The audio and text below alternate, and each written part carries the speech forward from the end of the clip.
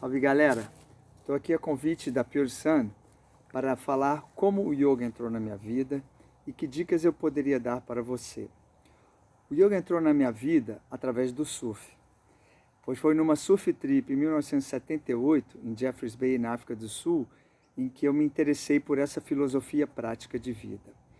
Eu levei um livro que se chamava Yoga e Saúde, da biblioteca da minha mãe, sem maiores pretensões. Fui lendo e encontrei na metade do livro a parte prática e comecei a praticar por um livro. Nos anos 70 não tinham tantas escolas como hoje. Toda esquina você encontra uma opção, mas não é a melhor maneira, mas era uma opção boa de começar. Então eu pratiquei durante essa estadia numa surf trip Jeffreys Bay, que é um lugar de sonho, muitos de vocês já devem ter ouvido falar ou conhecem.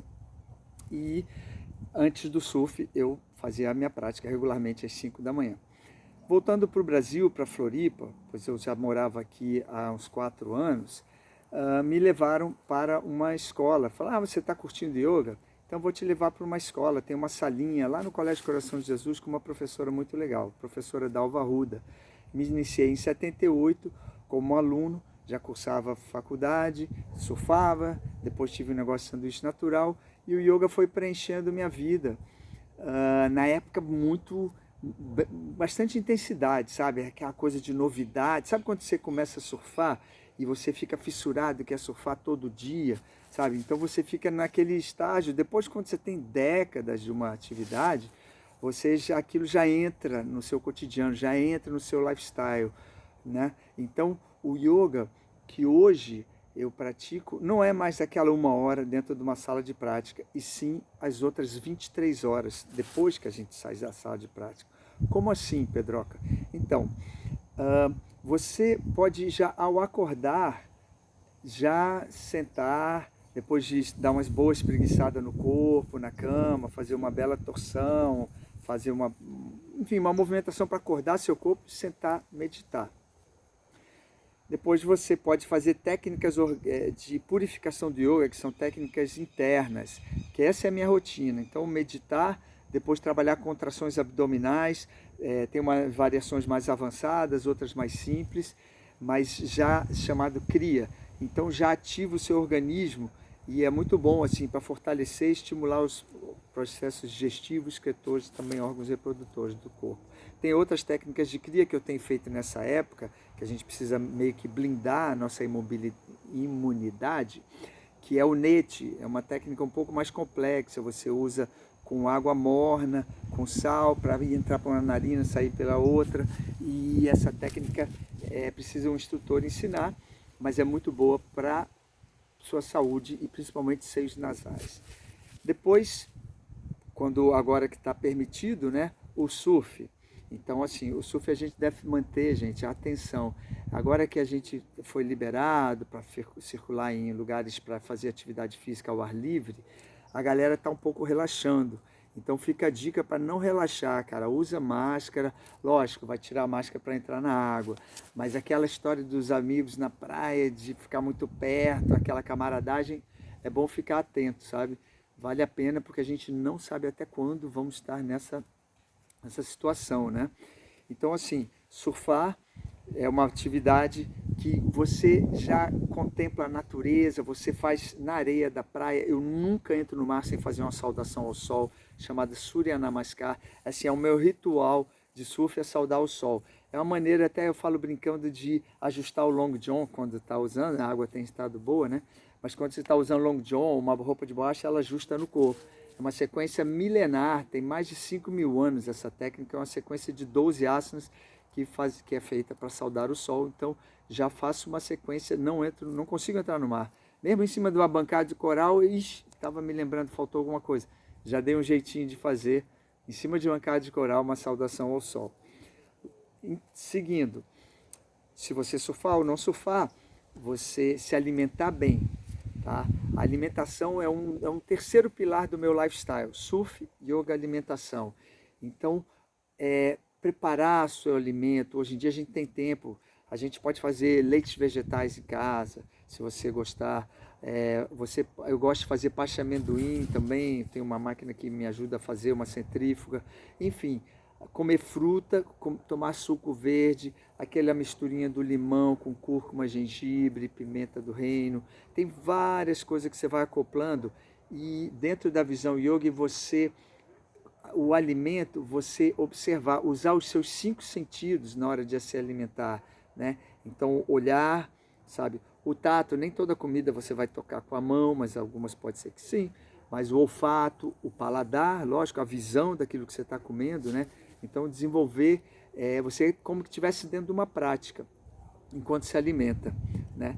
E a prática do yoga em si é uma combinação, no Swastika Yoga, a gente combina 8 feixes de técnicas, né? Sentamos-nos para aquietar e utilizamos gestos que nos trazem para dentro, né? Depois geramos gratidão, retribuição de energia ao local que nos acolhe. Às vezes você está na natureza, ao ar livre, às vezes você pode estar na sala da sua casa, né? Nós não estamos tendo aulas presenciais, né? Então está tudo hoje em dia online, mas enfim, a sua prática no local e criar uma relação com o seu instrutor, estando ele presente ou não, o professor dele, enfim, os mestres mais antigos, até Shiva, que foi o primeiro yogi. Mas isso é uma outra história. Em seguida, mantras. Os mantras são vocalizações de sons e ultrassons. Eles têm a finalidade, eles não têm nenhum caráter assim religioso, eles têm finalidade de liberar, através de vocalização, a limpeza dos seus canais energéticos. Você vocaliza sons e ultrassons. O Om, né, é o som, é o símbolo e o som mais tradicional do yoga. Então tem várias formas de executá-lo. E aí os pranayamas, os bem-vindos pranayamas, que são as técnicas respiratórias que todo mundo deveria praticar, né? Mas nem todo mundo teve a oportunidade. A respiração é o nosso primeiro ato de vida. Cortar um cordão umbilical, você tem que começar a respirar. O bebê respira de forma perfeita. Porém, durante a vida, a gente vai tendo condicionamentos e vão tirando a gente daquela respiração perfeita. Então, a prática do yoga te leva de volta para a respiração baixa, média, alta. E o pranayama tem vários desdobramentos. É a respiração consciente, profunda, ritmada, silenciosa e principalmente prazerosa. Daí os kriyas, já falamos deles ao acordar, né? Contrações abdominais. E os asanas, que são a maneira mais eficaz de demonstrar o yoga, são as técnicas corporais que visam alongar, flexibilizar e trazer força muscular. Então tem uma combinação de técnicas sentadas, deitadas, em pé, e que vão culminando com um melhor conhecimento do seu corpo. Você pode acoplar técnicas respiratórias durante os asanas. Depois vem o Yoga Nidra, que é o relaxamento. E o relaxamento, ele visa transformar todo o esforço que foi feito durante a prática em energia. Por quê? Você só medita com energia. Não confunda meditação com relaxamento. Meditar é estar com energia para ficar sentado e aquietar o turbilhão de pensamentos que povoam a nossa mente durante o dia, durante a nossa existência. É conseguir parar a mente. E uma relação muito interessante da meditação, a gente pode comparar assim. Imagina uma máquina fotográfica que tem um flash. Então, a intuição é o flash da máquina fotográfica. Só que aquela intuição foi um flash, foi uma fração de segundo. Agora, imagina uma câmera fotográfica, uma filmadora com o flash.